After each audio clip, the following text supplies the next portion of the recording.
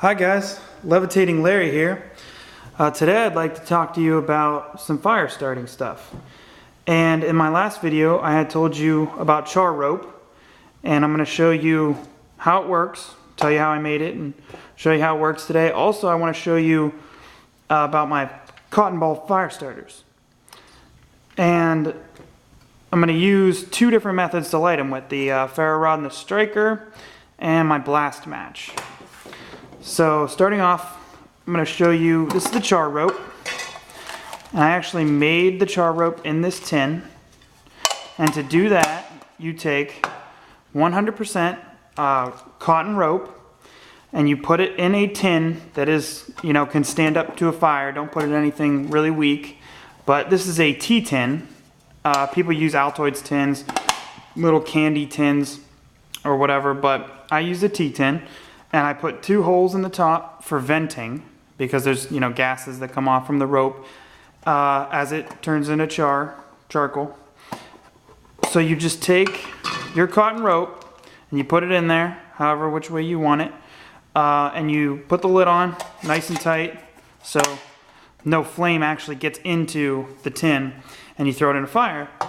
And you can let it go for 10 minutes or 15 minutes. It really doesn't matter. I've had it in mine in up to 20 minutes and it all turns out the same. Just don't throw it in and let it sit there forever.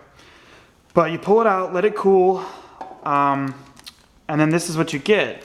This is actual charred cotton. And it's just like the cotton char cloth, but this is rope. And I feel like it works a little better.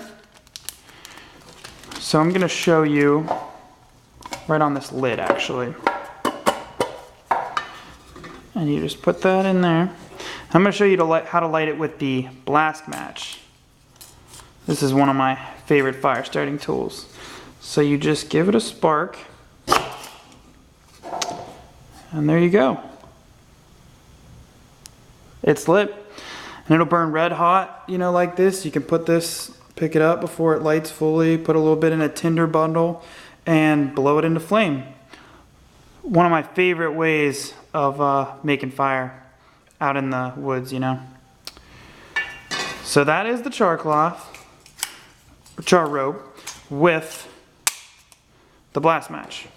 Now the other thing is those petroleum jelly soaked cotton balls that I had talked about in the last video. I have a bunch in here, probably 15.